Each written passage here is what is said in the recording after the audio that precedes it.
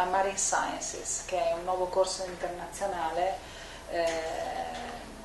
master di Milano Bicocca.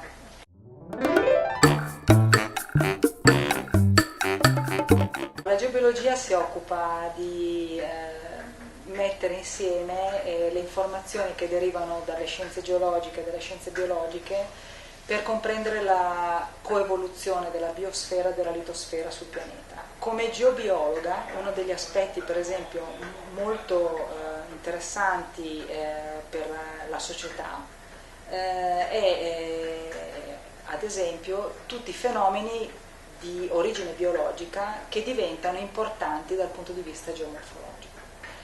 E gli studi di una geobiologa si svolgono, si potrebbe riassumere che si svolgono in questa maniera. Allora, più o meno, diciamo, 3 settimane di campo all'anno e tutto il resto dell'anno in laboratorio.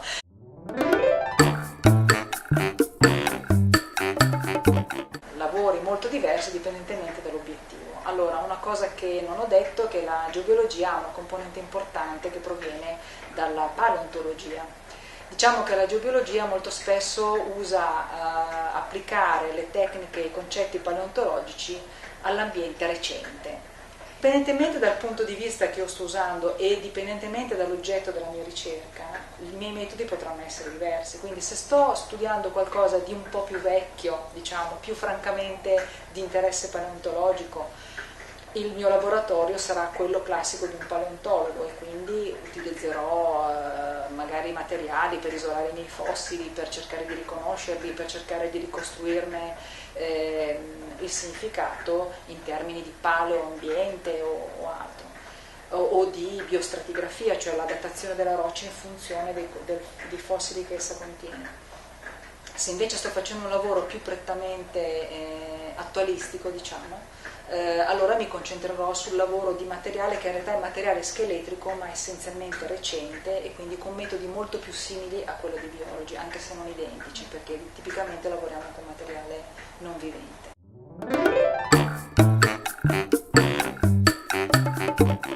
Diciamo che è una declinazione nuova di un lavoro che esiste da tanto tempo, ovvero è un modo nuovo in cui i paleontologi si sono messi in gioco, cercando di porsi al servizio della società, cioè l'idea che il paleontologo fosse quel personaggio magari un po' così originale, dedito a ricerche assolutamente prive di alcuna utilità pratica,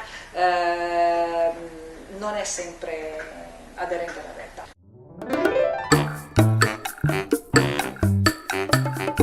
Gli sviluppi della geobiologia nei prossimi 10 anni secondo me andranno proprio nel rafforzare questo aspetto di trade union tra le scienze biologiche e le scienze geologiche, che per il momento trova come più grande ostacolo le classificazioni del sapere che sono state stabilite per vari motivi diciamo organizzativi, gestionali, ma che hanno poco a che fare con la realtà di chi lavora nel mondo della conoscenza. Il percorso per diventare geobiologo non è univoco. Io posso parlare della mia esperienza. La mia esperienza è quella di una appassionata di scienze naturali che ho fatto con tutto il cuore, suggerirei al mio miglior amico, perché per me le scienze naturali sono state veramente quello che volevo fare.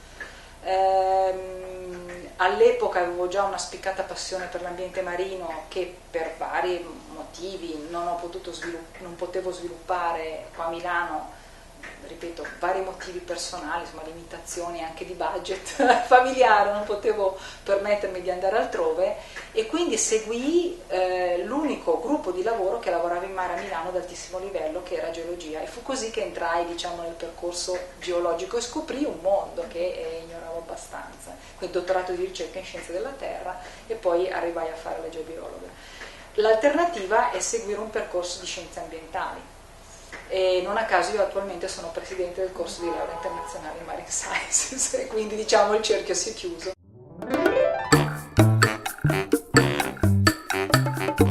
La qualità che più importa coltivare nei ragazzi per arrivare a realizzare i propri sogni è la caparbietà e fare chiarezza su quali sono i talenti che tu hai ricevuto quando sei venuto al mondo, che è una cosa alla quale io credo tantissimo. Poi cercare di essere assolutamente onesti con se stessi e senza pietà con se stessi.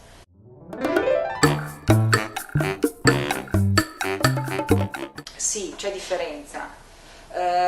Tipicamente le femmine sono più brave, e questo non lo dico solo io, ma lo dicono le statistiche.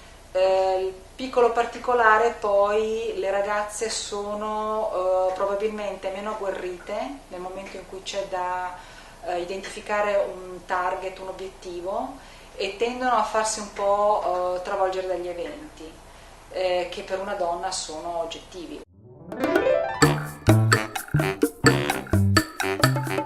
Cosa direi ad una persona, ad uno studente, cosa che è già successa, che mi è venuto a dire di voler seguire un certo percorso di studi in quanto corrisponde al desiderio dei genitori. Allora, questa cosa, ripeto, mi è già capitata. Io ho consigliato caldamente a questo studente di ribellarsi, con tutto l'affetto per i propri genitori, ma di ribellarsi. Poi questa ribellione mi rendo conto che vuol dire molto spesso mettersi in gioco anche pesantemente, però se uno crede in se stesso e sa dove vuole andare, non c'è altro modo. Non c'è altro modo, perché studiare è fatica, e quindi non si può pensare che uno studi 4-5 anni una materia per la quale non nutre il minimo interesse, oltretutto senza avere nessun tipo di obiettivo personale. È assolutamente fuori dalla mia capacità di immaginazione.